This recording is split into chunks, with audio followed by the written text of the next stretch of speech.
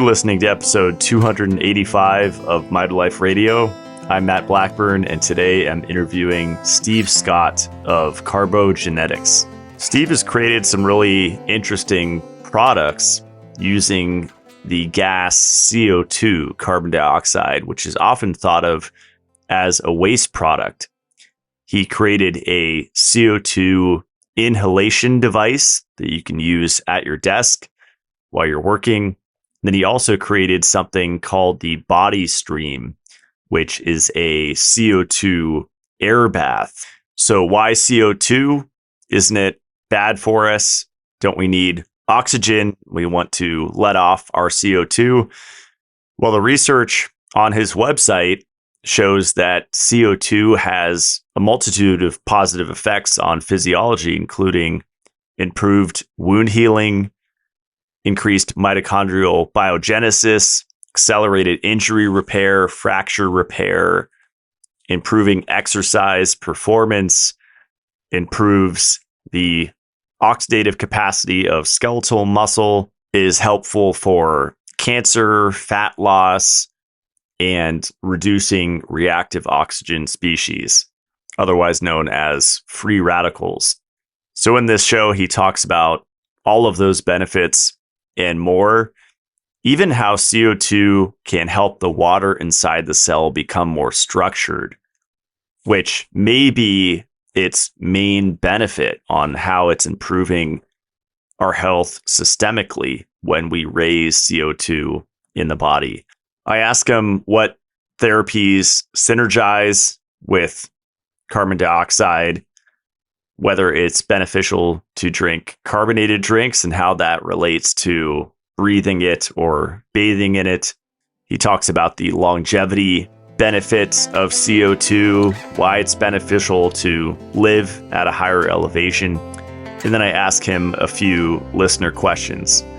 So enjoy the show. Here is Steve Scott.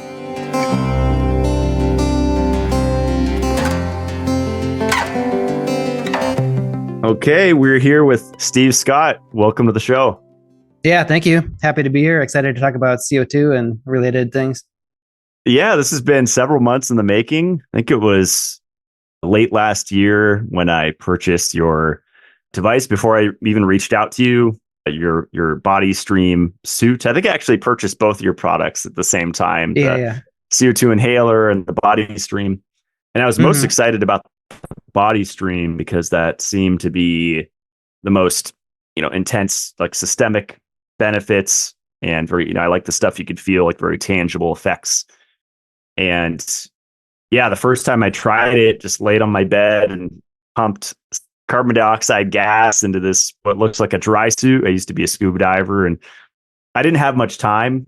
So I just laid there for, I think it was 15 minutes. And I think you've told me on the phone that that's not nearly enough time to get any benefit. And I don't know if it was psychosomatic or placebo, but I felt like really calm afterwards. And then the next time I used it for like 45 minutes and then I really felt calm. It was definitely stronger getting up to that time period. And then I think the next time I put on the Ray Peat and Budweiss 2010 the YouTube video is the biology of carbon dioxide and just listen to that lecture for an hour laying there. And that talk is amazing. That was the best. I feel like I have to listen to it like 100 more times to understand 1% of it. Yeah, exactly. I had the chance to talk to Ray Peat and Budweiss several times, and we've recorded the calls, so hopefully I can publish those sometime. That'd be awesome. Yeah. So how did you get interested in CO2 therapy? Was it from Ray Peat? Originally, it was from a guy named Wim Wenger, and he had a book called The Einstein Factor or something like that, and it's to improve performance, increase your intelligence, like that. He had books about increasing intelligence and then increasing like your intelligence, whatnot. And one of the things he taught is underwater breath holding and just breath holding in general. And he didn't talk about Buteco. He talked about CO2 a little bit, but that's kind of where I got the first introduction. That was probably in like 2005-ish, around there. And then following the research on that, I started learning about Buteco and how he thought that CO2 is the critical factor in a lot of different health issues and whatnot. And And eventually I started following Matt Stone. I don't know if you remember Matt Stone from 180 Degree Health. And then we partnered up on a couple things. And then they got into a battle, but he and Danny Roddy got into a battle about some things. And there's always drama. Yeah. And I started following Danny Roddy. I think I heard about Ray Peat through Matt Stone or Danny Roddy. And then once I read Ray Peat, that was amazing. He went in so much depth, more than anyone else, about the physiology of CO2. I don't think anyone's written more about CO2 than he has. Yeah.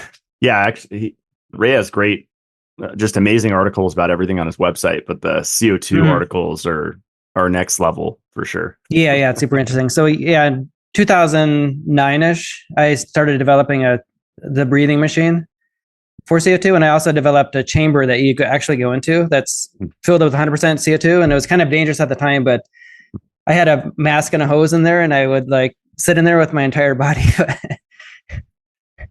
But if I like became unconscious and the mask fell off, I could have died pretty quickly. But yeah, because wasn't there a story of a DIY guy, I think on the Repeat forums or something, that died from experimenting kind of Wild West style with carbon dioxide?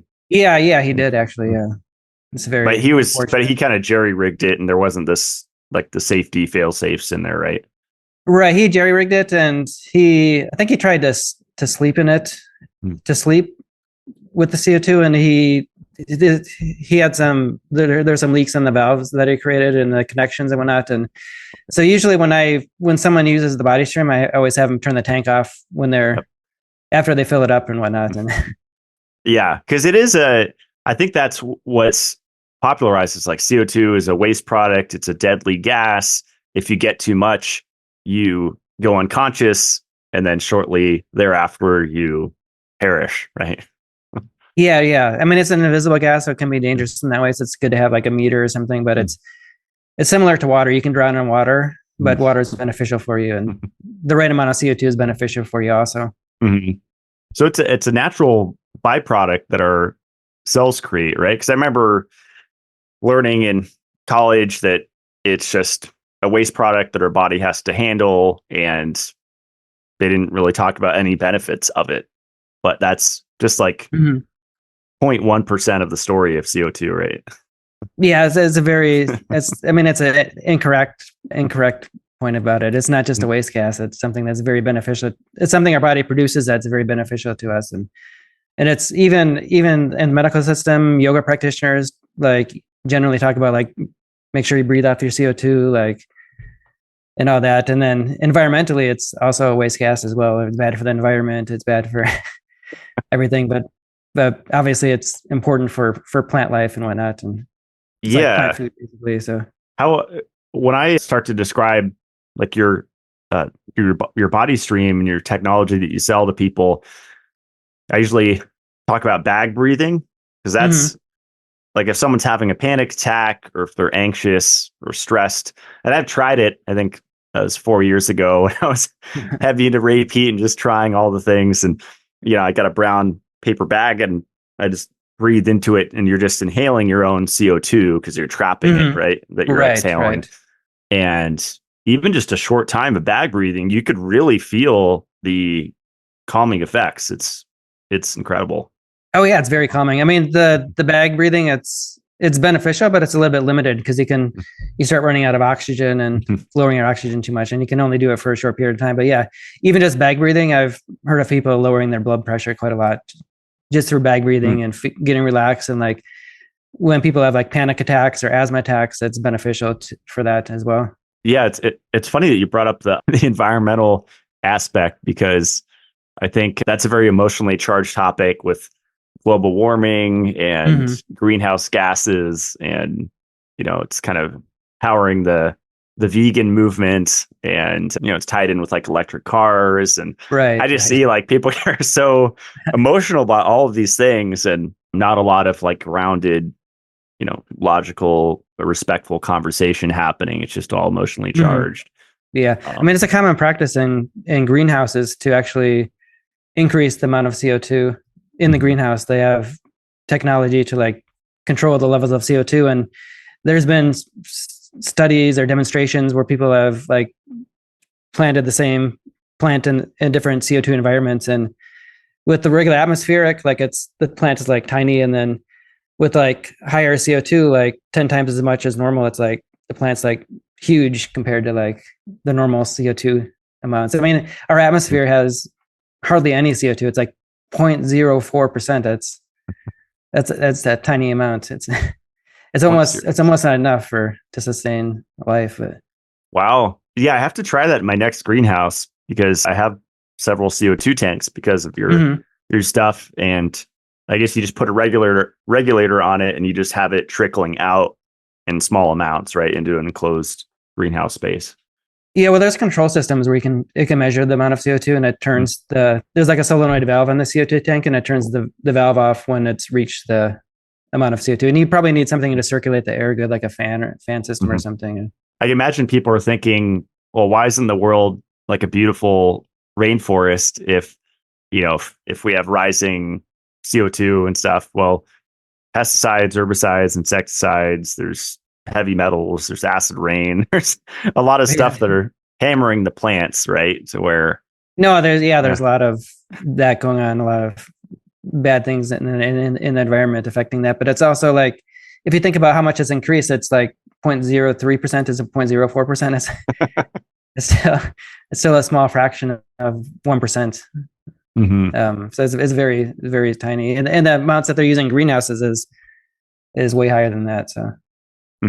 And I've heard indoor, you always hear indoor air quality is 20 to 30 times more toxic than the outside air. And that's where recommendations to open your window, if ideally you're not next to a freeway or an airport, and get fresh air circulating. I actually got a CO2 meter last year, and I was going to start experimenting with increasing CO2 in my bedroom safely, of course, but just playing around with the levels. But that's a fascinating thing to me because you mentioned the balance with oxygen with bag breathing, and it seems like our internal environment, like me up here in the mountains, a lot of the time it's sealed up, almost like when I open a window, it's almost like you could feel a vacuum effect because the house is so tight. If it's super cold or super hot, like extreme temperatures, but with that, you can have rising carbon dioxide, right, in your home. And is that a good thing, according to you? Additional CO2 is good as long as you have a good supply of fresh air. If the air becomes stale, and there's different aspects to this, it's not just the CO2 that's affecting that, but and also if someone's not adapted to higher levels of CO2, it might cause them to overbreathe.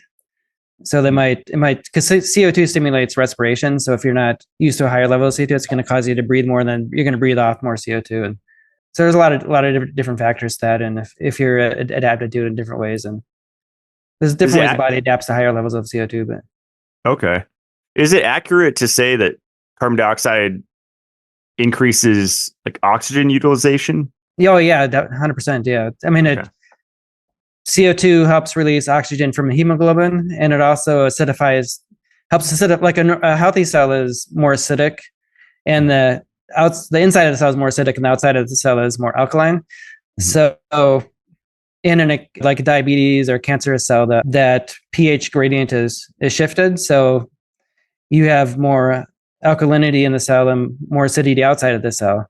So CO2 helps acidify the cells, which acidifies the proteins and it actually draws oxygen into the cells, potassium and progesterone and whatnot. And it's funny because when I got into health back in 2010, it was raw veganism, and I went pretty deep into that and fruitarianism and the pH miracle, Robert Young. You have the alkaline diet, alkaline water, all this stuff, and it's so opposite from what you just described. It's like everything's all about alkalinity, and like alkalinity is the best, but they don't specify if it's like where is alkalinity. I mean, the body does a good job of buffering the pH and controlling a certain pH in the blood, but it's in the interstitial fluid that if you measure the interstitial fluid, it's where you'll find like that shifts in the pH. Like in diabetes, there'll be more acidic in the interstitial fluid and more alkaline in the cells, which draws in more water into the cells, which is problematic. And I know you interviewed, what's his name, Gerald Pollack, and about structured water. And so when it becomes alkaline and more water gets drawn into the cell, it affects the structure of this. It becomes less structured, the water inside the cell, which is important. But yeah, it's the whole alkalinity thing is a very oversimplification of the whole process. And is it accurate to say that increasing your CO2 can help the water inside your cell become more structured? Yeah, 100%. The opposite? Okay.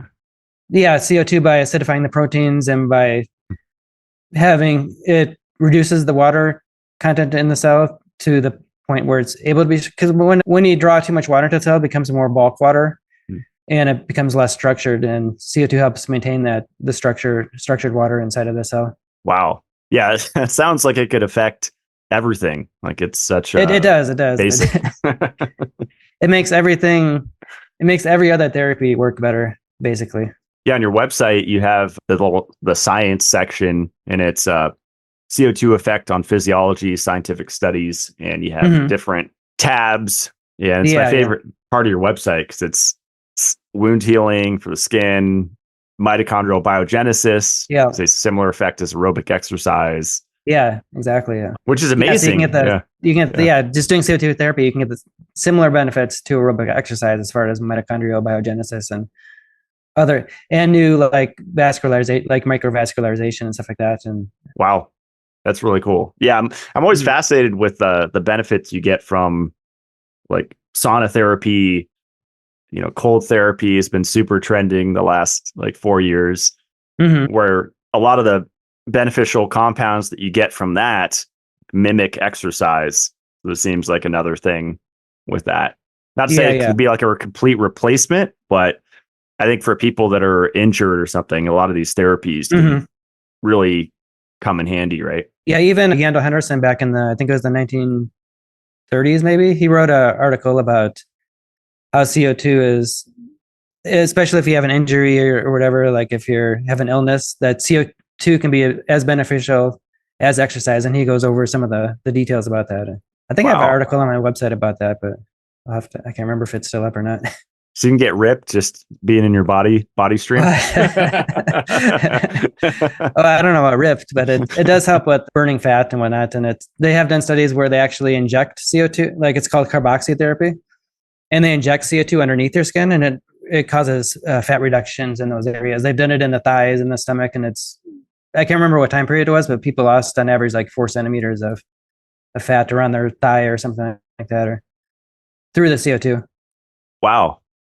So imagine like being in your suit, it's going through the pores, and you're kind of getting a similar effect to CO2 injection. Yeah, I think you're getting more benefit. I mean, you can get like more acutely, like if you're injecting it more acutely, you can get it faster. But just if you're in there, if you're injecting it, you can get it like that CO2 in like 10 seconds. But if you're lying in the CO2 suit for 45 minutes or an hour, you're getting more CO2, and you're covering the entire body. You're not just getting it where they're injecting it. Wow. So your body CO2 easily diffuses through the skin. And a question that's probably coming up in people's minds, and I had Dr. Scott Scher on. He's like a hyperbaric oxygen therapy specialist. I had a soft chamber. So for those that aren't aware, it's basically a chamber with oxygen concentrator, either one or multiple, and you're basically increasing oxygen while you're increasing pressure, and so oxygen diffuses into the tissue like 4 times further. Yeah. And I had a 1.3 atmosphere, which is like the strength of pressure. And then I modded it to 1.4. And then now I have a 2 atmosphere hard chamber. And I think I asked you before, like the differences. And I think I was trying to get the answer, CO2 better than oxygen. Right. But I think your answer was they're just different. And a lot of the benefits kind of overlap, right? But yeah, the benefits overlap. I prefer, there are different ways of getting oxygen to the cells. Like the hyperbaric chambers, it's more like forcefully pushing oxygen into the cells, and then CO2 is like pulling CO2 oxygen into the cells. And there's I can't think of his name, Meiser or something like that. back in the 1800s, he talked about how CO2 paves the way, like for oxygen. It's like the wings of like, I can't remember exact quote he had, but it's basically, he said something about protective wings of oxygen. So CO2 provides protection from like reactive oxygen species. Like oxygen by itself is toxic, but CO2 is protective against that toxicity. So it's good to have higher levels of CO2 when you're increasing oxygen because of the protective nature of CO2. Yeah, I've studied epilepsy quite a bit, and I know there's like contraindications and risks with hyperbaric, especially once you get up in the strength of pressures where an epileptic person going in there has increased risk of having a seizure because of that. Like you said, the forcefully. It's interesting. Right. I almost think a hyperbaric is like a yang, like oxygen therapy, and maybe CO2 is like a yin. Yeah, I mean, for me, maybe I'm a little biased, but I think CO2 is like the yin and yang. Because you have the CO2 that's protective, and you're also increasing the oxygen utilization as well. But I mean, you could look at it that way too, for sure.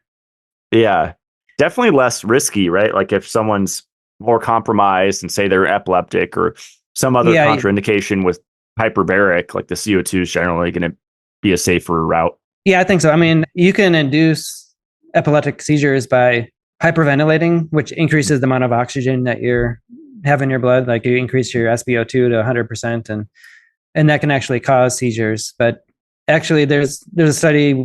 I think the name of the study is CO2 is a potent anticonvulsant, so it's able to very quickly stop a seizure. Wow, that's great to know. That's awesome. And another thing about oxygen therapy is that oxygen is vasoconstrictive and CO2 is a vasodilator. So there's different aspects to that as well. So if you have a vasodilator, you're going to open up the capillary gates, and you're going to get more blood flow to the cells and whatnot. But if you're constricting, you're going to get less blood flow to the cells.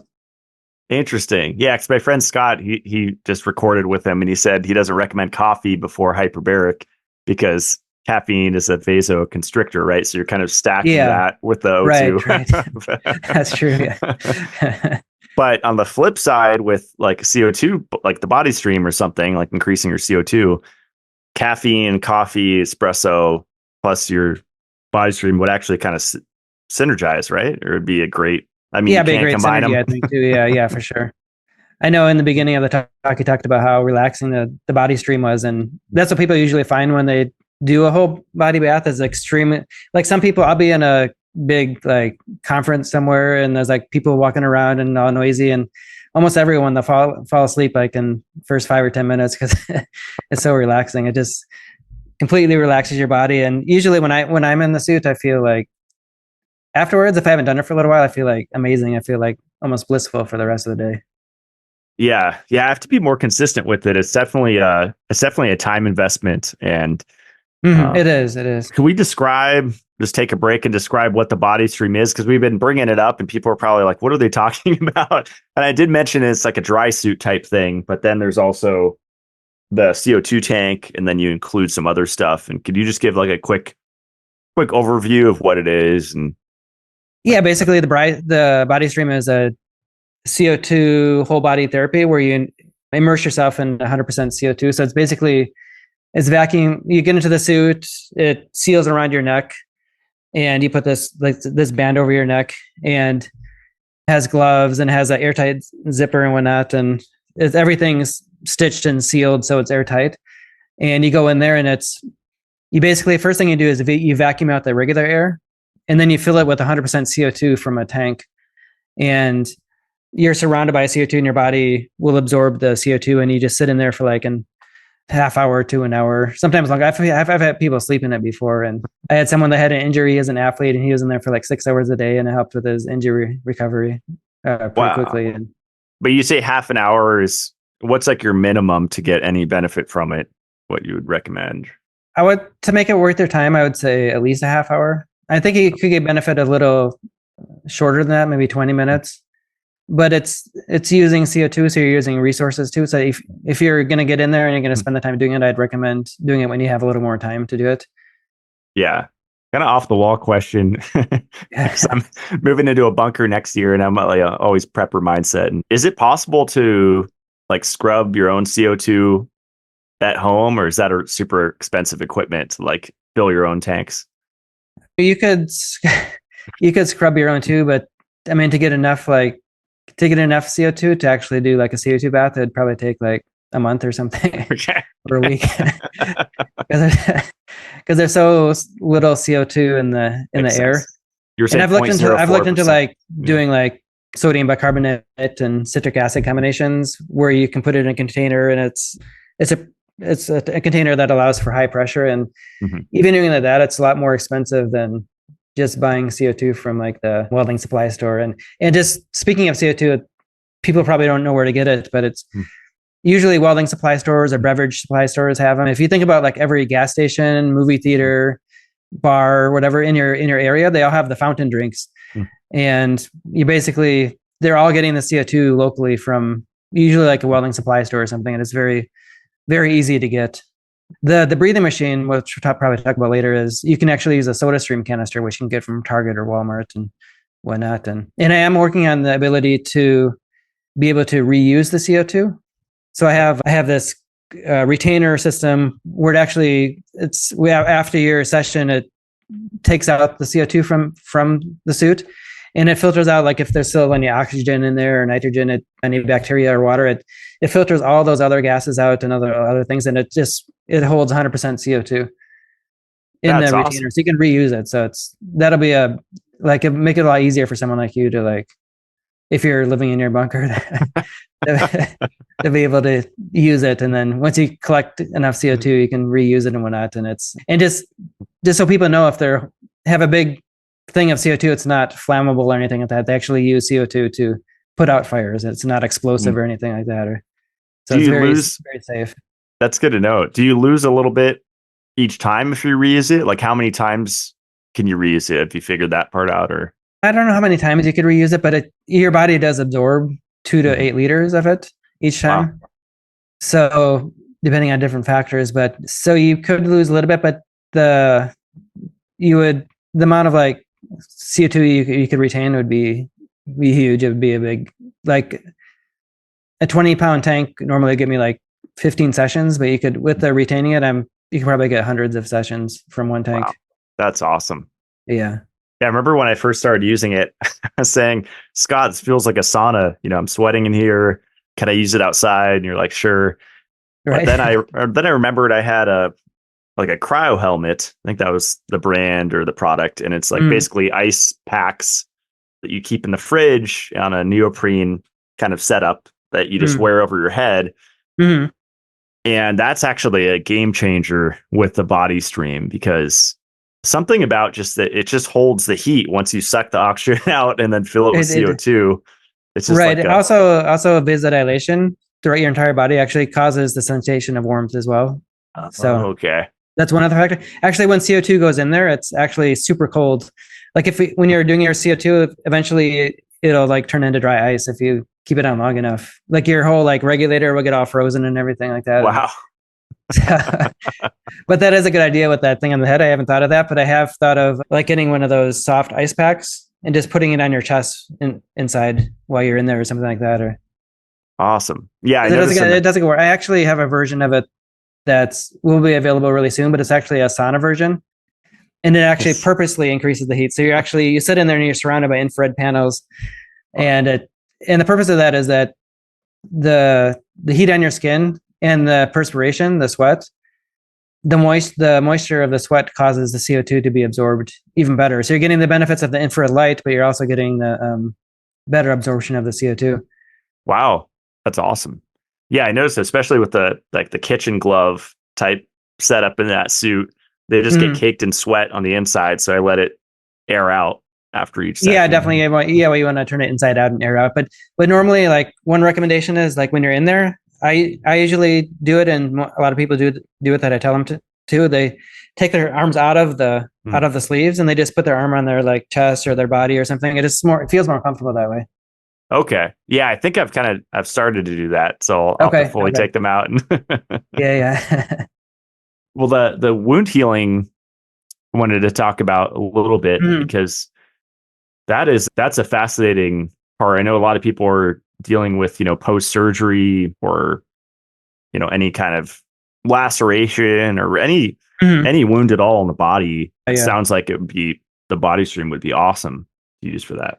Yeah, no, I mean, it's huge on wound healing. That's one of the biggest things it does. It increases the speed of wound healing by quite a lot. There's even like people with diabetes who have like diabetic foot ulcers. There's been studies showing where you immerse your foot or whatever, like if you have a diabetic foot and it's necrotic and whatnot, and you're starting to die, it's just immersing it in CO2 over some months. It's like causes that to heal, which normally in a diabetic it wouldn't heal because it's in diabetes. There's a capillary senescence. There's a deadening of the micro circulation to the area, so that increases microvascularization, increases angiogenesis, and increases greater blood flow to the area in that way. And it's also increasing the oxygen, which is utilization, which is helpful in healing and reduces inflammation. CO2 is a huge anti-inflammatory. It does so many things for healing. It's pretty amazing, actually.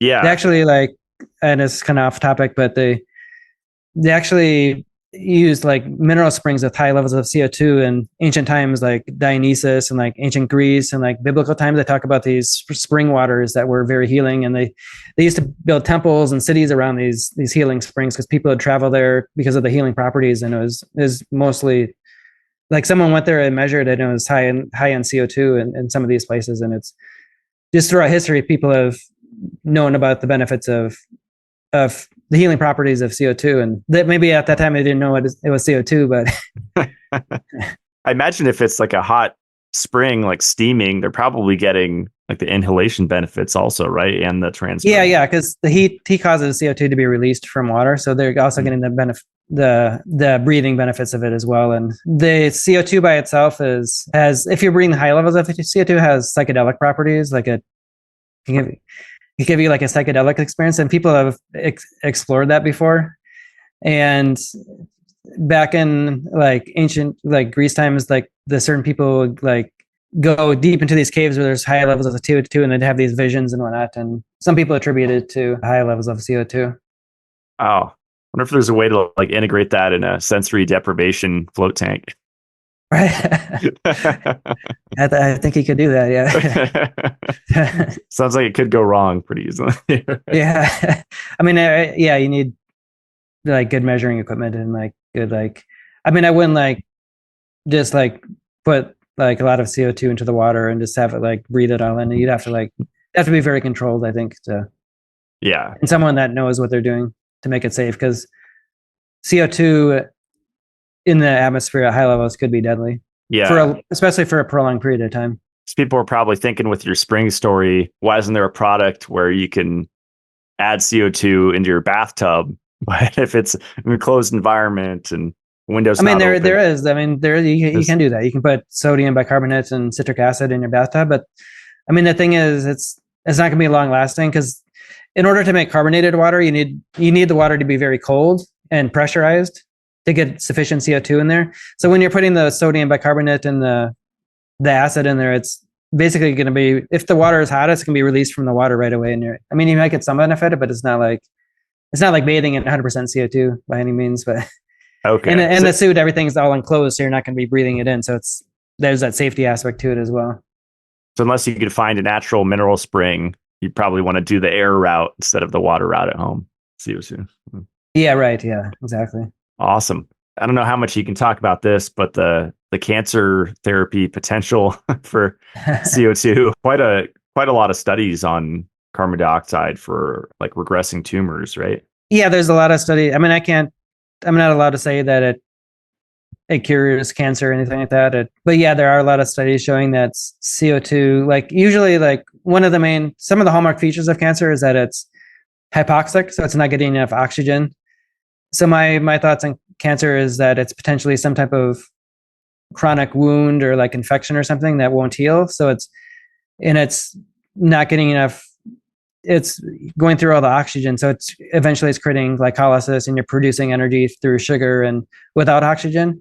And the amount of ATP you produce through that process is, I think, 18 times less or 60 times less than burning sugar with oxygen. So you're not generating enough energy to cure the wound or like heal the chronic wound or infection or whatever like is happening there. And so I think that's one part of cancer is so CO2 reduces hypoxia. There's a lot of studies showing that CO2 increases oxygenation. If there's areas of hypoxia, like if it increases like cerebral blood flow, like if you have a lot of they've shown studies where they compare like normoxia, hypoxia, and then like supercarbia, or hypercarbia, where they have extra CO2, and the extra CO2 increases the oxygenation and blood flow to the brain by quite a lot. It's happening other areas of the body too, like in cancer cells where it's not receiving enough oxygen. Like there's also the factor of like there's like in the cancer environment, there's the closure of the capillary gates, so you're not getting as much blood flow, and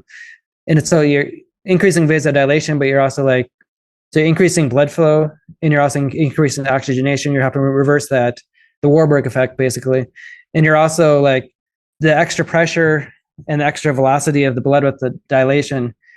It increases the dilation, but also increases the pressures. So it's also increasing the removal of lactic acid from the area as well, and we're helping stimulate not the lactic acid, but the lymphatic system.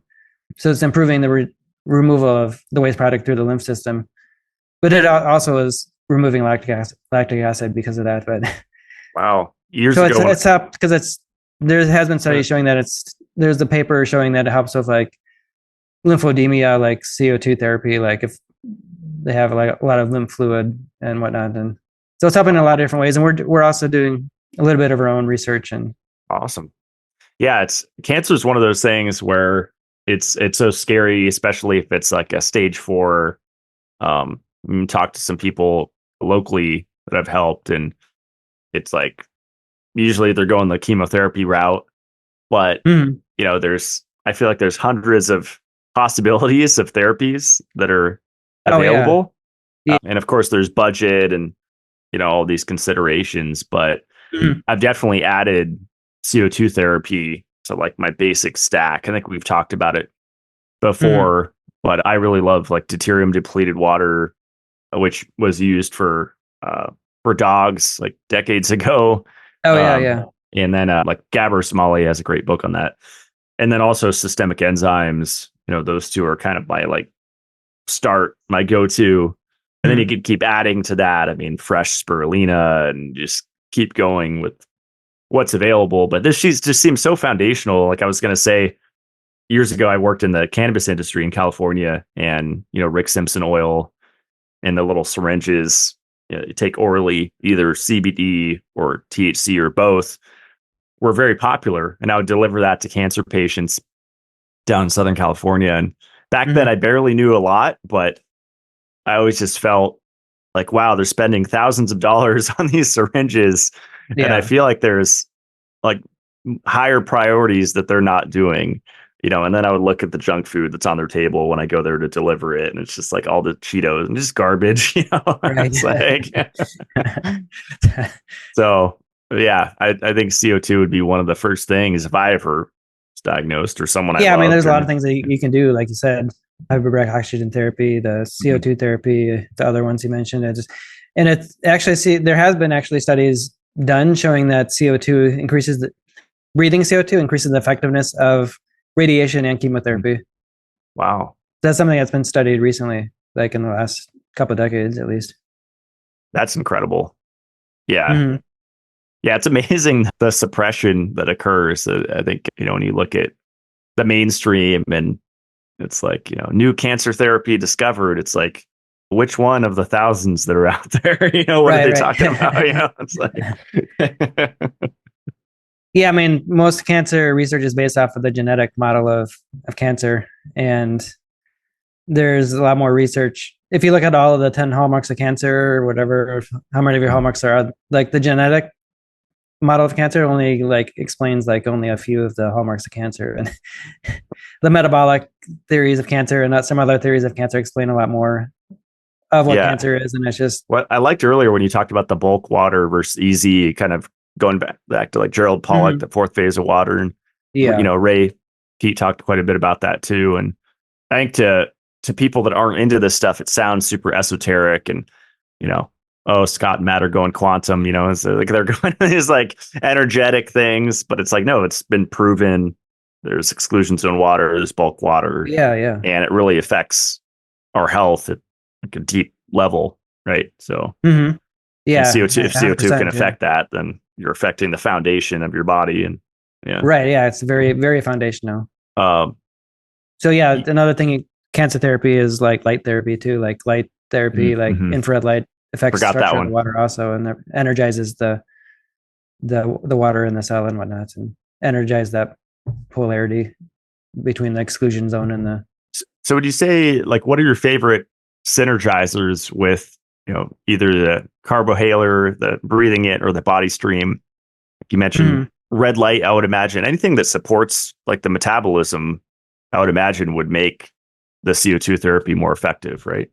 Yeah, anything that supports the metabolism. I like red light, eating a good diet of low in polyunsaturated fats and other things. But my favorite ones are that I like to synergize with it is light therapy. And like I said, I do have the body stream version that does have the infrared panels, and I have another one that has infrared panels and also certain frequencies of red light as well. Awesome. And I would imagine, like, I don't do it anymore, but I used to intermittent fast, and I tried that for many years. I would imagine having glucose in your body available and having enough glycogen, consuming enough sugar and carbs would increase the benefit of CO2 versus like using the body stream fasted, right? Yeah, definitely. I think so. CO2 is going to help increase your metabolism. Like one way you measure metabolism is the consumption of oxygen. So if you're utilizing more oxygen, you're going to increase the metabolic rate and require more nutrients and whatnot, and require more glucose. And okay, awesome. I mean, you did mention the reactive oxygen species effect of CO2. Yeah, and CO2 inhibits ROS generation by the cells. Reading on your website, it does. And when we need those, but just in balance, right? And I think with a lot of people, those are in excess. So you're never going to not have any of them, but it helps reduce the overproduction of reactive oxygen species, and just oxygen by itself, it's going to produce way more of those, and then that's where to the point where it's harmful. So CO2 is protective against that and against lipid peroxidation as well. And there's been studies showing that when they increased the CO2 in the environment by 3 times, the lipid peroxidation went down to 0. And wow. So I'm gonna start sleeping in it. Yeah. That's cool. I didn't know that about lipid peroxidation. Does it help with like RNS and like reactive nitrogen species and other types of free radicals, or is it mainly the ones that are like just the basic ROS? That it may help with that, but I haven't read anything about that, so I can't speak to that. That's pretty cool about the lipid peroxidation, because that's a big cause of like a root cause, in my opinion, of neurodegeneration, right? Like you look at, like in studies, they measure it using like T-bars analysis and dementia patients, Alzheimer's. I'm sure Joe Biden, whether he's a clone or whatever's going on with him, probably has a lot of lipid peroxidation. Probably, yeah. He needs the body stream. Yeah, for sure. I might be too late for that, but no, my mom, she had back surgery a year and a half ago, and just speaking of that, and after the back surgery, she had a lot of her like levels of like her memory, dementia, like skyrocketed, like, and she could barely stand up straight, and it lasted for like 6 months, and I started having her do the body stream and breathing the CO2, and now she's completely restored her memory to where it doesn't seem like she has dementia anymore, and she's remembers things very well and very fluent when talking and everything. And before it's hard for her to come up with the like formulate sentences and whatnot. And I can't say for sure that it's the CO2, but I think it's a factor that definitely helps. She's in her chair in her living room where she said she has the CO2 inhaler, and she just every morning she just breathes CO2 for 15 minutes, and then she does the suit and everything, and it's been a big help for her. Wow. They've had patients that have had, I can't think of the name of it, but they were basically like totally like staring at a wall, and they can they can talk, they can formulate sentences. There's a certain word for it, but it's is it comatose or almost like comatose, but it's another word. Speaking of memory, yes, yeah. I need some more CO2. I can know what you're saying. Yeah. Yeah, but just breathing the CO2, they were able to like start talking and formulating sentences and like, yeah, but before that they were like almost like in a comatose type state. And wow, that's really cool. There was another case back in the like late 1800s where this person had is it catatonic? I think that's the word we were looking for. Oh yeah, catatonic. Yeah, okay, cool. There you go. You got it. All right, good. I thank the caffeine for that one. Yeah. Yeah. Or someone had a rheumatoid disease and they couldn't walk according to this report, they couldn't walk for a few years. They couldn't basically move for a few years, and doing 15 CO2 baths, they were able to start walking again and everything. And that was back in the 1800s. They weren't selling anything. They weren't trying to like promote CO2 therapy or anything. And it's pretty amazing. Yeah. I love how there's not many, and maybe we could talk about it, but the contraindications, because I know like I've just seen people as they age, they get metal rods put in their body, for surgeries, and you have pacemakers implanted. And all of these different things, I think about this so often, they severely limit the treatment options as far as natural therapies. Like if someone has a pacemaker, yeah, the newer generations, have more of a protection against magnetic fields and like Wi-Fi and stuff, but they still say no PEMF. It's like, well, that is very healing for the heart, but if you have a pacemaker, there's no pulse electromagnetic field therapy. So there's one treatment, and then even like my TheraPhi plasma treatment, I would use that for heart stuff. And what I'm getting at is just with CO2 therapy, I don't, even if it's an old person and they have all this unfortunate surgeries they went through, it seems like they could still safely get in the suit, right? So. Yeah, they could safely get into the suit, or they could breathe the CO2 as well. So it's a very, very easy therapy for people to do. Like I said, my mom, when she was like, could barely like stand up, and she's having all those memory issues, and like I'd have to go over there, like someone would have to be with her all the time, like to help her go to the bathroom, like to like hold her like gait belt so that she doesn't fall, and so I had to, for me, I'd go over there, help every Friday, and like help her out, and like other people helped out too, but she doesn't even need that anymore at all. And but when she was going through that, the CO2 therapy was very easy for her to do, though. That's awesome. Yeah. Did you use anything else with her? Like I've given my family exogenous ketones, and that's been extremely helpful, specifically for increasing heart level scores, like the 1,3-butanediol. Did you combine anything with it for her? Or?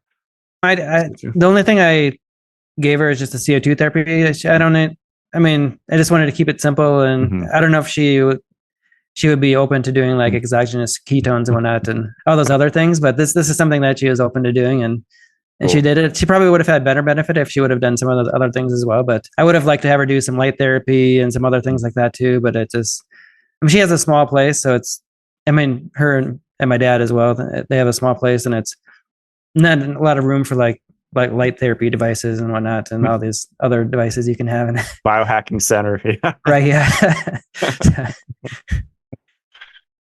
The bone healing is pretty fascinating. Like on the website, you have the fracture repair, and it looks like it massively increases. Like one study, it was like from 18% to 72%, the bone healing rate. It's pretty weeks. crazy. CO2 by itself helps increase the strength of the bone. CO2 is like extra CO2 gets stored in the bone. Like they did like normally, like if you like take a person and you like, if you were to heat up their bones, like after they died, they'd have like 100 liters of CO2 in their bones. But someone did a study where people were in a submarine for a couple months, and they had 1% CO2, and they found out, someone calculated that they had 1,000 liters of CO2 in their bones. So it helps increase your bone structure. And I don't know, this is like N of one, but I do DEXA scans once in a while, like because I was trying to lose some weight, and my bone density is like off the chart. That's like at like almost like 2, and where like normal is 0, and Wow. it's in the like the 97th percentile or something like that. And I can't say it's from the CO2. I never measured before I started doing CO2 therapy, so I can't say for sure it's from the CO2, but potentially it could be. So if someone has osteoporosis or like osteopenia, then I think CO2 therapy could be very beneficial to increasing bone strength and whatnot. And there's some mutants, it's called marble bone disease, and they retain too much CO2, and it can get to the point where it becomes very harmful because their bones become like marble-like, because the CO2 actually increases the hardness of the bone by so much when there's way too much CO2 like that. Wow, interesting. So what would be their therapy, like hyperbaric oxygen or something? I don't know. Yeah, or hyperventilating or something. Yeah. To the Wim breathing Hof through the method. mouth breathing. Yeah. Yeah. Is that the Wim Hof method? Would that decrease your CO2 versus, because you brought up Butenko at the start? Yeah, the Wim Hof method. I mean, it's an acute stressor where you're blowing off a lot of CO2. So people do. There's also something called intermittent hypoxia. There's like IHHC, intermittent hyperoxia training. So some people do that as training, where it actually is beneficial to like do short periods of like hypoxia or like. So I think I'm not totally against the Wim Hof method, but definitely during the training sessions, it might be a good training method to like stimulate certain things to help you retain more CO2 in the long run potentially. I haven't really been able to study that or whatever, but it's. Are you talking about like the Batman, like the Bane mask, like I saw a couple of years ago? Like training with the okay, right. I mean, you're getting a little more CO2 with that, but you're also getting hypoxia as well. Mm-hmm. And one of the hallmark features of cancer and quite a lot of diseases is hypoxia, even in diabetes and excessive fat tissue. There's hypoxia and lack of vascularization to the tissue and whatnot. And so CO2 would help out with that as well. I just wanted to circle back for a second to your DEXA scan story, because I think it was like 3 years ago or something, I interviewed John Jaquish, the X3 guy, and he invented the bone fracture thing, which I've used at conferences a few times, like when you push and it creates it's OsteoStrong, I think. Okay. And I looked up, I think, to buy it at home, and it was something like 100,000 or more. That's why you go to a center to use it. Yeah. So the $2,000 body stream sounds a lot more cost effective than creating like micro fractures with like that device. Yeah. I mean, I don't know much about it as therapy, so I can't say how effective it is or not, but CO2, as you said, the studies show it's very effective for bone healing and whatnot, and increasing the strength of your bone. And you said one was like 83% versus like 28% without the CO2. So it's a very, very effective therapy in increasing bone strength. And even for athletes too, if they want to prevent like fractures and whatnot from their injuries, I'd recommend like preventatively like increasing their bone strength using like a body stream or whatever. Have you heard of athletes using it to recover from like injury, like strength training related injuries, like back injury or something like that? Oh yeah, definitely. I've had several professional athletes use it for different injuries, and it's definitely helped them out. And several years ago, when I first started using it, I had a back injury. I don't even know what it was from, but I could barely run like 10 feet, and my back would hurt so much that I would have to stop. And I started doing the body streams every day, and then eventually, as the back pain went away, and I was able to run, like sprint and be very active, like as before I was not able to. So, wow, that's awesome. Yeah, I had a back injury that came and went and I don't know if it was caused by deadlifting or what. It was just kind of just onset randomly, and it appeared to be like emotionally caused or something, which I think is possible. But yeah, I wish I would have used your thing earlier this year when that happened to me. Yeah. We had someone that worked for us a while ago. She's a CrossFit athlete. She's one of the best in the world. And she had a knee injury and knee pain from like overuse or whatever. And we introduced the body stream to her, and she started using it religiously. And like pretty quickly, she got to the point where she even forgot which knee it was anymore. And she was able to like train her CrossFit again. And cause she stopped training CrossFit, but just using the body stream, she was able to start training again and not even feel the pain of where it was before. So I'm not saying that would happen for everyone that uses it, but but for her, it was very effective. That's amazing. Wow. Oh, one thing I forgot to ask you about was the elevation, because I was born and raised like around sea level, and then I think around the age of 30-ish, I started going to the mountains, and I was just drawn to over 2,000 feet, and I felt better, and I thought it was more trees, being in the forest versus the desert. But I bet a lot of why I feel better in the mountains is just retaining more CO2, because that's one of the effects, right? Yeah, definitely 100%. It's living at altitude, you retain more CO2 because there's less oxygen pressure up there. And sometimes when people go up there, they get altitude sickness from alkalosis. But once you adapt to it, then you get the benefits of retaining more CO2. And actually, another podcast I was on recently, the person interviewing me talked about these different cities. He was going over these different cities with the highest longevity, and all of them were at a high altitude.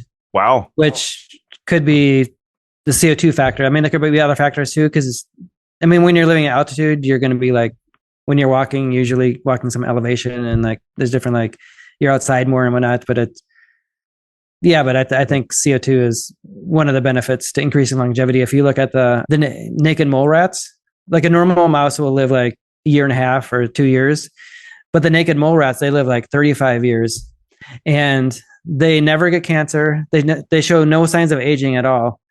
And they live in a very high CO2 environment of like 5 to 8%. And like, if you look at a naked mole rat, the chance of a naked mole rat dying at age 33 is the same as dying at age 1. But normally, like, as we age, the chance of dying increases with disease and whatnot. But the naked mole rats, it has been shown that they don't even age at all.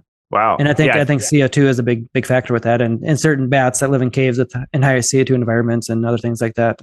And bees too, right? I think that's bees too, yeah. The CO2 levels in a beehive are very high, and especially the queen bee that lives in the hive, or is in the hive all the time, is exposed to high CO2 levels, and they live like, I can't remember, like substantially longer than the rest of the bees, but the worker bees. Yeah, I think her lifespan's like 3 to 5 years or something crazy. Yeah. That's wild. Wow. Yeah, so it's a super longevity thing. I wonder if Brian Johnson. Because you're probably not. Yeah, because you're reducing high CO2 levels, you're reducing levels of lipid peroxidation. You're like the reactive oxygen piece. A lot of the things that people think that age us, it helps reduce. And there's a lot of other factors of CO2. But Brian Johnson, I don't think he's on. Doesn't know about CO2 as far as I know. So. And he's nothing against his method, but he also has a very low metabolic rate. His body temperature is like 95 or 96 or something. Different strategy. Yeah, definitely. Yeah. He looks pretty good though, but he does quite a lot of things to make himself look good. Yeah.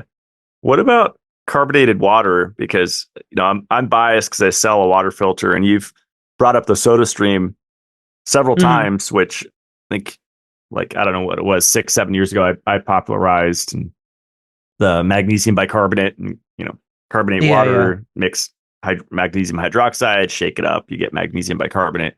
That's all good. That's all really good too. But a lot of people are drinking like Gerolstein or Perrier or any of these carbonated drinks, or you can even get crazy and do Mexican Coca-Cola or right. sodas, like I'm drinking a new brew. Yeah. Well, I got a LaCroix sparkling water. Nice. So it's not as concentrated, right? But you are getting some CO2 benefit from beverages. Yeah, you are getting some CO2 from beverages. I speculate that's probably good for your gut health and whatnot, and because you're getting all that CO2 into your gut. And I don't know how far it's getting systemically throughout the rest of your body, but I think I do it for, I don't know if it's a good or not idea or not, but sometimes I like do this like carbonated mouthwash where I like wash it in my mouth for like a few minutes, like to get the benefits of healing your gums and whatnot. And I had the previous guy that interviewed me, I didn't mention that to him, but he said he did that, and he said he has a lot of gum inflammation, and he said he noticed a big reduction in gum inflammation from swishing around carbonated water in his mouth. Wow. Yeah, because I thought I've heard the opposite, that it's actually harsh on well, I guess the enamel versus the gums. But Yeah, so I don't know, like if that's the one thing I'm not certain about is if it's going to affect my enamel, but I know that like it's on the board, like carbonated water is on the borderline of the too much acidity. Like I think too much acidity to affect the enamel is like around 4.5 pH, and carbonated water is around like I have a pH meter and it was like 4.3, 4.4, something like that. But I measured the pH of like Coca-Cola and it was like 2.2 or 2.3. It was like the amount of acidity and that is like crazy compared to like just plain carbonated waters. You don't want to do a mouthwash. I think like, actually, I think I've had not a lot, but I've had some tooth problems, and I attribute it to drinking too much soda over the years. Yeah. I've been experimenting for the last year and a half with fluoride toothpaste, and I get a lot of flack for that. But I think if it's balanced with iodine, and I'm measuring it with spectrophotometry to see if I can do it. And so far, my fluoride is trending down and my iodine's coming up. So I'm going into balance, even brushing my teeth with it. How do you measure that? It's with a LIGO scan. I had a few shows on it. I think Mercola talked about it, I don't know, 3-4 years ago at a conference. But it shines light into 4 places of your palm, and then it sees the absorption or reflection. Oh, really? Is that a device you can buy or? Yeah, I think it's like a $4,000-ish investment because mostly they charge you per test. It's like $40 to $50 per test or something like that. But the device is only a couple $100, but for the software and stuff, that's where cost comes in. Right. Most people, unless you want your own home unit, most people go and they find locally. You're in a big city. Yeah, okay. There's definitely someone. You have to do that. I've been following a protocol that, like, I'm not totally against fluoride for teeth. I have seen studies showing that it is beneficial for anti-cavity properties and like healing cavities even. So I follow my dental protocol. I follow a protocol by, I think her name is Ellie Fisher. She has these like zellies. There's like, and part of the protocol is a mouthwash that has fluoride in it, but I should get my fluoride levels checked. But it has been beneficial for my teeth, or her method, and also chewing hard gum too is I found to be beneficial for my teeth. Like creating that stimulation, it increases osteoblasts and other stem cells to produce healing in your teeth and create a strong jaw structure to hold your teeth and whatnot. And it's awesome. Yeah, kind of goes along with like the mewing, right? It's definitely goes along with the mewing. So I think, and the whole concept of if you don't use it, you lose it, because we've been eating like ever since industrialization, we've been eating like very soft foods that compared to the past, and it's affecting the structure of our jaw and our teeth and whatnot. And I think chewing hard things is very beneficial. Yeah. So there's some gums that you can chew that are very hard, that I usually do that if. Yeah. I don't drink wine anymore, but because that's, acidic, but or harsh on the enamel, but I enjoy a cigar generally one a day, and I don't, not recommending it to everybody, but that's what I do. And as part of my brain protocol, anti-infection and stuff. And that's harsh on the enamel. I do espresso every day. I enjoy my carbonated sodas and healthy sodas and fun kava, kratom, whatever. And so, fluoride to me is just part of that protection, to be able to enjoy all of those things. And, right. Definitely. Yeah. And your oral health is pretty good over the years. Yeah, I've never had a root canal. I kind of neglected the dentist for years, and I probably still do, but cleaning suck. It's hard to find a dentist that it's not painful, and I know. I hate going to the dentist too. I wish there was. I feel like at some point we'll get there where it's like they're going to be a home thing you could do. Yeah. And there is some Japanese researchers developed something where they think by like in the next few years you'll be able to regrow teeth. That's awesome. Yeah, like sharks, right? No, that's one animal that could do it. Yeah. That's pretty cool. Yeah. I saw a couple of studies showing that aspirin can help regrow parts of your teeth and whatnot. And wow, just taking it orally, like not like a mouthwash no, it's like something they applied directly to the tooth and helped regrow the cavity, like deep cavities. And so I did try to make a mouthwash with that, and it was a pretty stupid idea because it's very harsh on my gums, and it was burning my gums really bad, and I was in pain for a few days afterwards. But I've experimented with a paste, and they make a fluoride concentrate. Can't remember the name of the exact product, but I ordered like a plastic thing that kind of push your mouth open, so I don't have to, because I tried applying it in my teeth and then just keeping my mouth open, but it was really uncomfortable. So I bought like a dam, I think it's called, or something to keep so my gums don't hit it, and it was able to sit there for 3 to 5 minutes. Oh, interesting. And it seemed like after one treatment, I kind of had a problem area, like a little pit in my tooth, and it seemed to have an almost immediate effect on it. I think in addition, like K2 and, obviously vitamin D levels being good. And I think all the fat soluble vitamins kind of support the teeth and gum health. But there's actually, speaking of K2, and CO2, there was an article that Chris Masterjohn wrote. He wrote it like 10 years ago or something, but he talked about how for vitamin K2 to perform its functions, it relies on CO2. So higher CO2 levels are necessary for K2 to perform its functions. Wow. I'll have to find that. That sounds really good. Yeah, I'll send it to you. Chris Masterjohn. Interesting.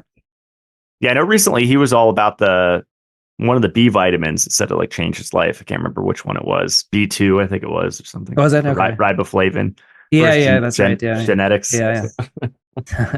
I'm still on my niacinamide. A lot of people think 500 milligrams is too much. I think Mercola thinks that. I'm like, I don't know. I feel great. I just take 500 in the morning, 500 in the afternoon. So I get up to 1.5 grams. Yeah, there's some studies looking at radiation therapy in cancer and carbogen, breathing CO2. And they also combined it with niacinamide, and combining CO2 with niacinamide increases its effectiveness. Wow. So basically, it's take my whole Mitolife line when you go on the bottom screen. Yeah, exactly. Yeah. That's awesome. Very cool. Well, let's see. We did have some listener questions that were sent in. Okay. Hair growth support. Have you heard anything about CO2 therapy and hair growth? I have not, but I think one of the factors of loss of hair is the lack of microvascularization on the scalp there in those areas, or like capillary senescence, like the deadening of the capillaries and lack of blood flow. So I think CO2 could help the blood flow to that area and reduce inflammation, and I think it could be effective for reducing hair loss or increasing hair growth. And it's something that I've developed recently. I developed something to do that, where you can have CO2, you can immerse your entire head in CO2 safely. I think benefit. You showed me that. Yeah, that's cool. I did. Yeah. It looked kind of creepy. Yeah. Right. If it works, though. Got like American Psycho vibes. Yeah. Right. I'm excited. But it's also good for your skin health too. There's been quite a lot of studies showing it helps improve your skin health. So I do have some applications for the face as well to reduce skin aging and whatnot.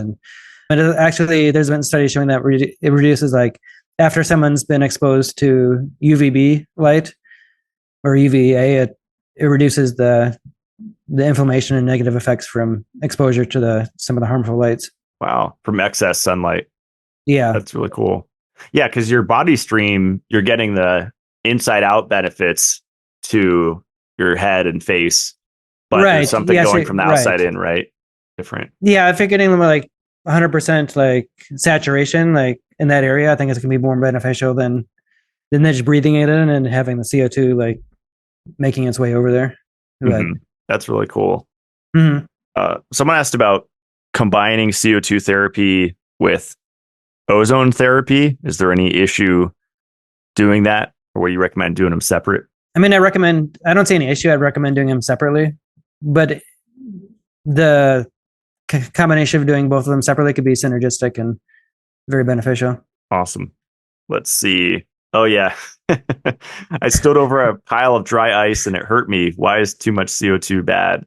So that's kind of not a very specific question. Like, I don't know how it hurt them. I mean, dry ice can hurt you by burning your skin. I don't know if that's what he means, but or she. But yeah, I mean, too much CO2 can be deadly. It can be dangerous. Above 10% CO2 could make you go unconscious potentially. So you definitely wouldn't have control mechanisms when you're dealing with CO2 that you don't get too much of it. And I don't know how they were hurt by it, but it's hopefully they're all right now. So and we're mostly the risk is inhalation, right? So like it's 100% inhalation. Like you're not going to get too much exposure by bathing in it, like transdermally through your body. Mm-hmm. Any excess CO2 that's too much, you're just going to breathe it off. So it's okay. There's no worries there. Awesome. Yeah. And then your muscles and your other parts of your body hold a lot of CO2, like amino groups will bind to CO2, and the same ones that you can get glycation from sugars. CO2 is protective against glycated end products. So cool. CO2 binds to the same proteins. It affects the function of hormones, potentially affect like a carbonated, like something that's well carbonated, like certain hormones that have a lot of CO2 bound to them. Well, the function of those hormones will be different than just one that's doesn't have a lot of CO2 or non-carbonated form of it. So it'll be like enhanced. That's cool. Yeah. So if you take like a slab of meat and you heat it up, it'll release, like, for every 1 pound or 1 kilogram of meat, it'll release about 1 liter of CO2. So your body stores and holds onto this CO2. So wow. And it seems the more the better, to a certain degree, that you have stored in your body. But yeah, I mean, if you think about oxygen, you don't store oxygen in your body because that's toxic. Like CO2, you can have like hundreds of liters of CO2 stored in the bones and the muscles and whatnot. And so I guess that's where, like you said, that you mentioned the athlete earlier doing consistent soaks, or even like your mom. Yeah, right. Yeah. You're kind of building up your stored CO2. Imagine with the consistency. Oh yeah, definitely. Yeah, I think it'd be very anti-aging and beneficial to like bone loss as we age and other factors as we age, that we protective against that. That's just my theory about it. But and with your inhalation device, it maxes out at 7%, right? Because you said above 10% is the dangerous zone. Right, it maxes out at 8%. So I have a friend. In his office, we have a tent, and I built this mechanism where you can sleep in it or sit in this tent, and we have these chairs in there, and we've gone up to 8%. And that was brutal. We could only last 5 minutes. And we were breathing really hard, and there's benefits. We didn't talk about it, but there's a lot of benefits of like increasing respiration rate. Let's talk about that for a second. What are the benefits? The benefits is it increases, like if your nails are breathing, it increases thoracic pressure. So like there's like a thoracic pump, like when you're breathing, when you breathe in, it negative pressure, and breathe out, it's like positive pressure. So it's actually it's helping to not just your heart as a pump, but it's actually helping your blood flow and velocity to the organs, and increasing the delivery of oxygen to the cells. So and then Yandel Henderson, he also did. They've done it with dogs and whatnot, and they've given higher levels of CO2 where it increases the respiration, and they've cured dogs of pneumonia with it very quickly, or like carbon monoxide poisoning, alcohol poisoning, all kinds of things they've done by increasing the respiratory rate and breathing off those toxins and whatnot. And wow. So to help also with that increased thoracic pressure, you're increasing like lymphatic drainage as well, and you're increasing the flow to the cells and increasing oxygenation, and like so you're getting some of the benefits of exercise by that extra breathing, but you're not breathing off. Like if you're exercising and you have your mouth open, you're breathing off too much CO2.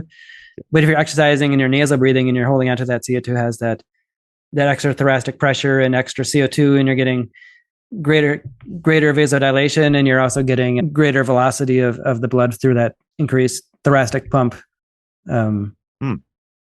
You mentioned alcohol poisoning. Does it help with hangovers? It should. There's been studies where they're researching, like, before they had like controlled studies, but they've used to have alcohol poisoning. There's a guy, I think his last name is Laverne, but he used it for like heroin addiction, and he was able to get people off of heroin pretty quickly using carbon dioxide therapy. And it actually became in New York City, it became the standard treatment for heroin addiction is CO2 therapy. Wow. Interesting. I wonder the mechanism of that. That's fascinating. It's like all the stuff you've been talking about, right? Stacking together, and I don't know the exact mechanism, but it was effective. And then he he kind of overdosed one of his patients, and one of his patients died. And then everyone looked down upon it and thought it was too dangerous, and it kind of became lost. No one knows about it. Everyone forgot about it. So I had to ask you about the like mental, emotional benefits, and you could either speak anecdotally if you want, or studies or whatever. I know on your website you mentioned anxiety, and I know when I described my story of the body stream, it definitely felt like I just meditated, even though I wasn't like folks, I wasn't trying to meditate. It just felt like I'd released some tension or something. And I could definitely there's a lot see of memory stored in the muscles and the fascia and whatnot, and it's relaxation. It's very relaxing. Like throughout your entire body, you're reducing peripheral resistance. So you're reducing resistance around your entire body, and just doing that all at once, it's extremely relaxing. And people and if you think about there's a book called Brain Energy by Chris Palmer. Have you seen that? Mm-hmm. Yeah. And his whole idea is that all mental illness is an energy problem. So CO2 helps produce enough energy, and so it could be beneficial with a lot of different depression, schizophrenia potentially. I'm not saying it is for sure, but there's the potential there that it could be beneficial. But usually when people do a CO2 bath, I had someone using the breathing machine and the CO2 bath, the body stream, and she did both quite a lot. And I asked her which one she likes the best. She liked the body stream the best. She said it was the most relaxing compared to the breathing is relaxing too, but for her, the just immersing yourself in CO2, your entire body was extremely relaxing for her. And she had a lot of anxiety, and it reduced her anxiety by quite a lot, just like you were explaining.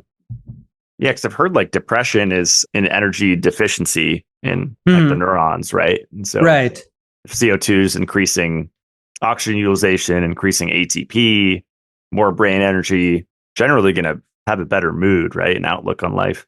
Yeah, exactly. Yeah. So I think a lot of the mental illnesses have some energy component to it. Mm-hmm.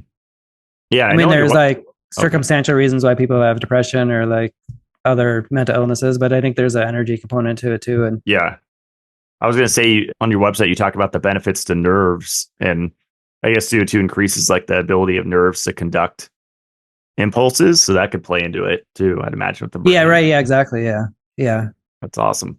Yeah. There's just so much information on your website and the history of it. And you could spend a lot of time just going through it.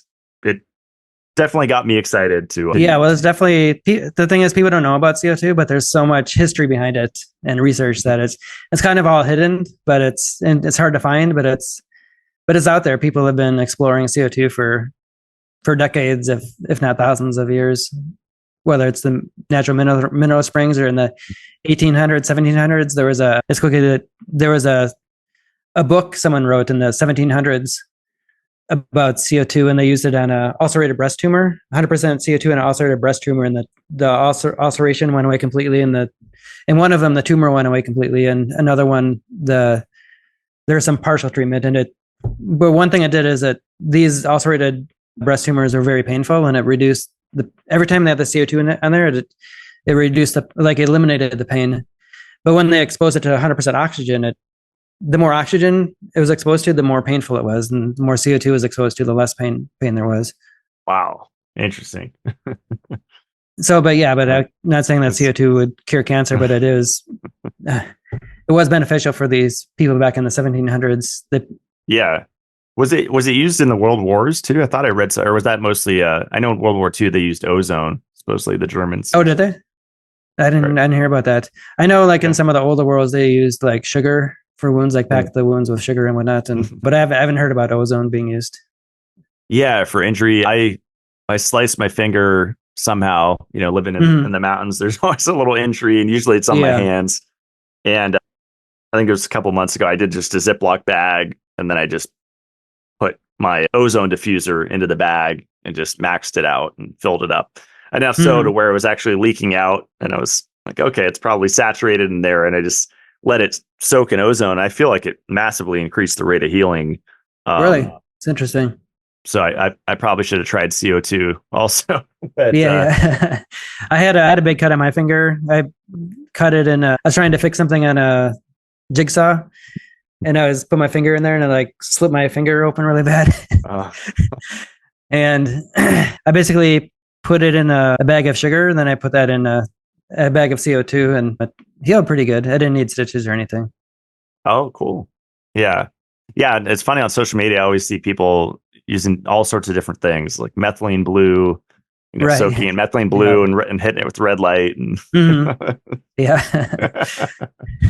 if it's really bad, you should probably go to the hospital. But if it's a small Yeah. small injury, then you can experiment, right? Yeah, I had an injury about a year ago. I was boxing with my son, and he lifted my leg up, and I had this sharp metal thing in my head really bad, and I was bleeding profusely, and I went to the hospital. I didn't try the home treatments.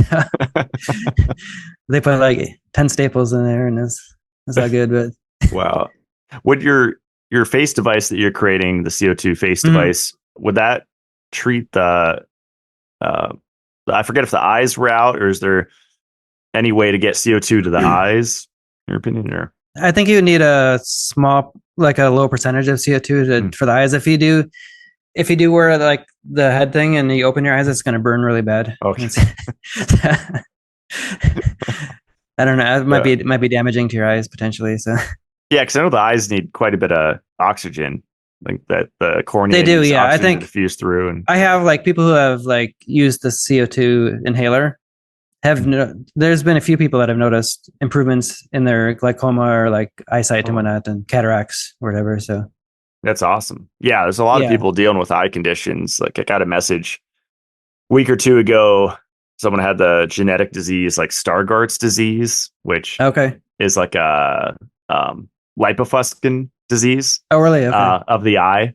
Like it's where excess lipo, like beyond what's normal, lipofuscin accumulates. I think it's in the retina, I believe, and basically you get increased macular degeneration. And so they were asking me for advice on things, and I was like, well, I would do like a near infrared little light. I think there's a company, Chroma, that sells a light that's beneficial. So you can just concentrate near infrared light on the eye. I think it'd be beneficial. Yeah. Yeah, for sure. Unfortunately, like 100% CO2 in the eye would be very painful. Yeah, makes sense. Yeah. Yeah, I didn't think about that. Yeah. Yeah. Awesome, Steve. Well, was there anything else that I wanted to ask you? I think we covered quite a bit. We covered quite a bit. Maybe one other thing that I just thought of was I have a friend. We did this dog study together, but he's an anesthesiologist for 40 years. And he had a kind of a method of anesthesiology where he would give high opioids. And normally, like in anesthesia, they don't give like high opioids like morphine or fentanyl because it reduces respiration.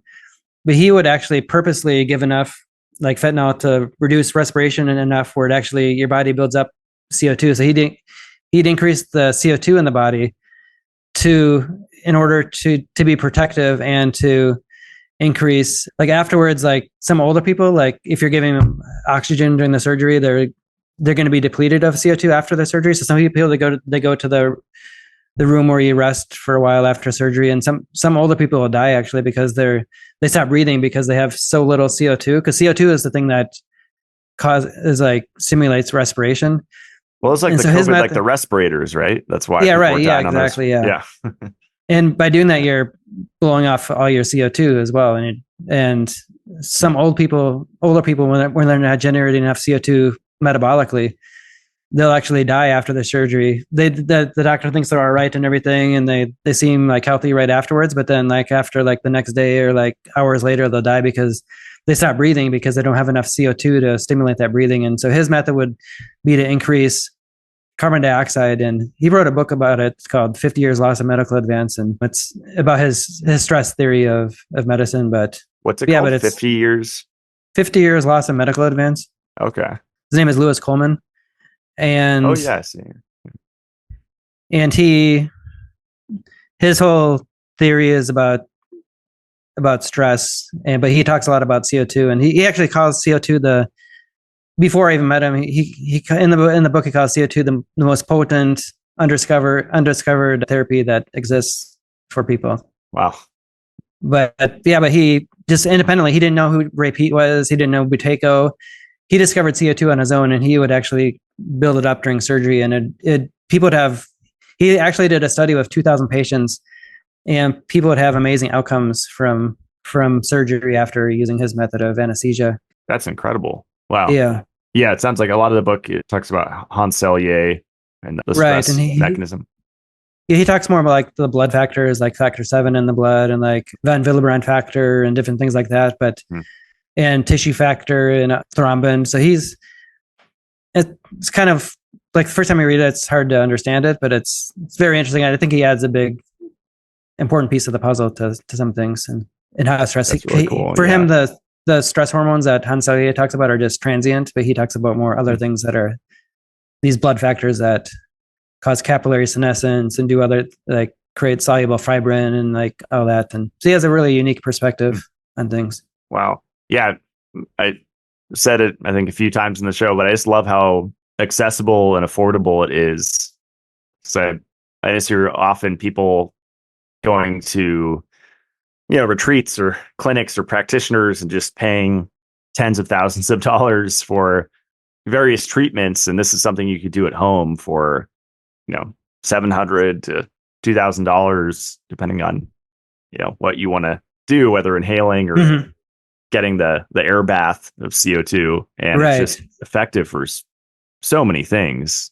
It's incredible. One thing I wanted to ask you, and I think you told me to use a stylus. Is that still because once you have your hands in there, the gloves, it won't react with the phone. Right. With your phone. Yeah. Yeah. I mean, technically you should probably not be using your phone while you're in there. You should be relaxing, but I like to listen to something, but yeah. Yeah. If you do need to use a phone, then you still need to use like a stylus or something to like use your phone. Cause when I'm using the sauna version of the body stream, I'm sitting there, I'm usually like watching a show. My kids got me into some shows on Netflix that I watch. And so that's the only time I ever watch Netflix is when I'm in the body stream. But, but yeah, I use a stylus to use my phone and whatnot.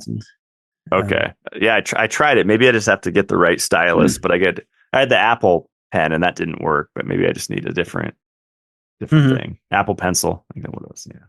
Yeah. And actually I didn't tell you about this, but I told you about the new version of the CO2 inhaler, but I didn't tell you that I'd like to give your listeners a discount on it if they go to awesome. Carbogenetics/Mitolife. Oh, cool. And they can get a couple $100 off. It's from $700 to $500. Oh, appreciate it. Carbogenetics.com/Mitolife. I'll put that below. That's easy to remember. So and there'll be a discount on the body stream too. Awesome. Yeah, I appreciate that. Yeah, well, I'm inspired to use it more often. It's hard when you have a lot going on in life, but I know you were saying, minimum half an hour. Would you say even like once a week is a good thing to strive for if you're trying to like heal something, I'd say like 3 to 5 times a week at least. But if you're just trying to maintain, maybe like 2 to 3 times a week. Once a week might be enough, but it's probably the benefits will diminish over time if you're just doing once a week. I think I'd recommend doing it more. One nice thing about the breathing machine is that you can just do you can have it on your desk and you can do it 5-10 minutes here or there and you'll get benefit from it. That's awesome. Well, Steve, this was so much fun. Thanks for coming on and talking about carbon dioxide. Yeah. I enjoyed it. All right. Thanks a lot. Awesome. All right. Stick around as we close out the show. All right. That was a fascinating discussion. I have a lot of experience with hyperbaric oxygen, with sensory deprivation, and the feeling that I got from his body stream CO2 suit was so interesting. And for that low price compared to those other therapies I just mentioned, if you want to do those at home, it's ridiculously affordable for the effect. I remember feeling so calm and so grounded, even when my life was kind of chaotic. And after talking to him, I can start to understand why, especially with it structuring the water inside the cells and, as he said, acidifying the proteins it's acting at such a foundational level to improve the energy production of the mitochondria, the overall function of the cells, and therefore the overall functioning of organ, gland, every tissue in the body. And that's going to make you feel good if your body is primed with it and has the nutrition. I'm consistent with all of my supplements and eating a balanced diet with all 3 macronutrients in it. So I think I was primed for that CO2 therapy. And I just feel amazing every time I use that body stream suit. So whether you want to jump in and purchase one or find Steve at a health conference so that you can try it out before you purchase, highly recommend it. I think every health clinic should have this. I often see health spas and biohacking centers have a lot of extra unnecessary stuff. To me, I would put this in easily like the top 3 therapies. If I were going to open a Matt Blackburn biohacking health center, this would be the priority over a red light bed, over even a sauna. This is so foundational with the benefits that you get. So you can find his products at carbogenetics.com, and you could use the discount code Blackburn to save 10%. And even if you don't purchase either of his products, definitely check out the science tab on his website. He has a bunch of interesting studies linked there on the benefits of CO2. And just his website overall is a great education on this so-called waste product that we've been programmed to believe that we want to have less of it and get rid of it. We definitely have to have a re-education process. You can find his body stream and other recommended products of mine on my website, matt-blackburn.com. I actually have his on the front page with my featured products. I also have my favorite red light panel, favorite ozone generator, of course, the Mitolife drinking water filter, the zeolite that I'm currently taking. For some reason, one of the most controversial subjects with heavy metal chelation. I'm feeling amazing on it, taking 30 grams a day. I have my friend's taurine amino acid on there, which is great if you're not tolerating coffee and caffeine well.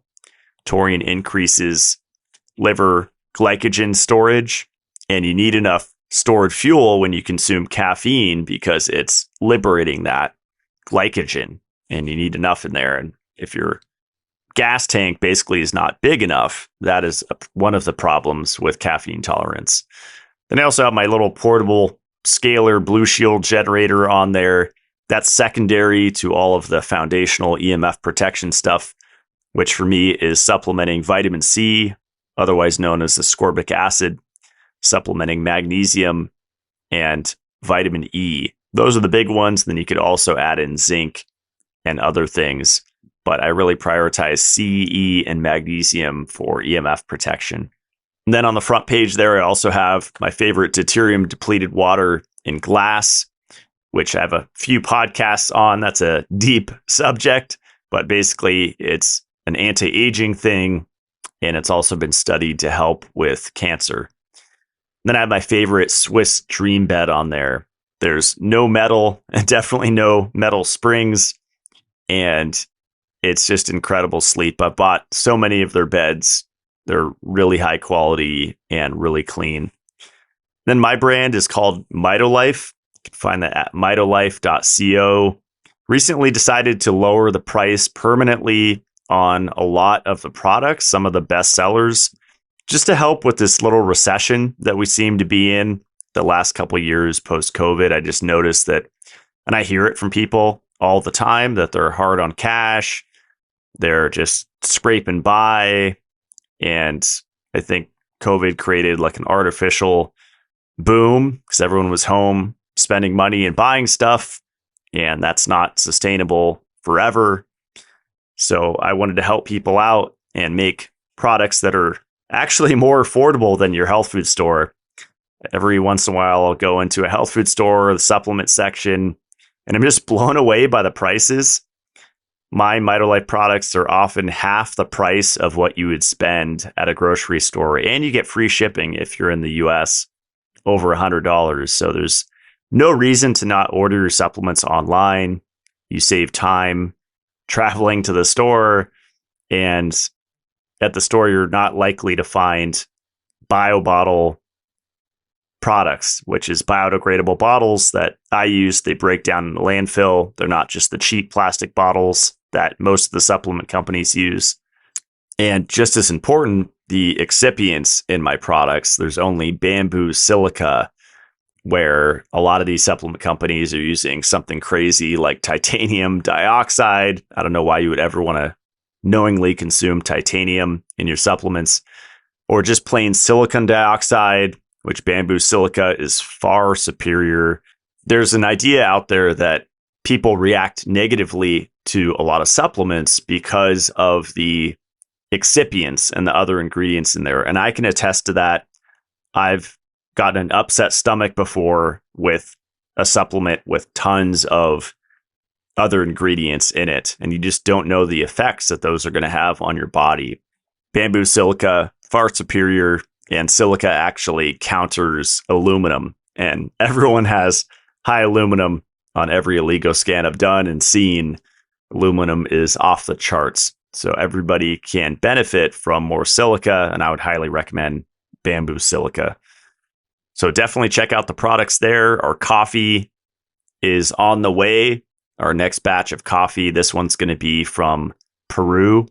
So look forward to that. Just keep checking the website or sign up for our newsletter, and you'll get an email when that's out. Really proud of the quality of our coffee. I have friends in the industry.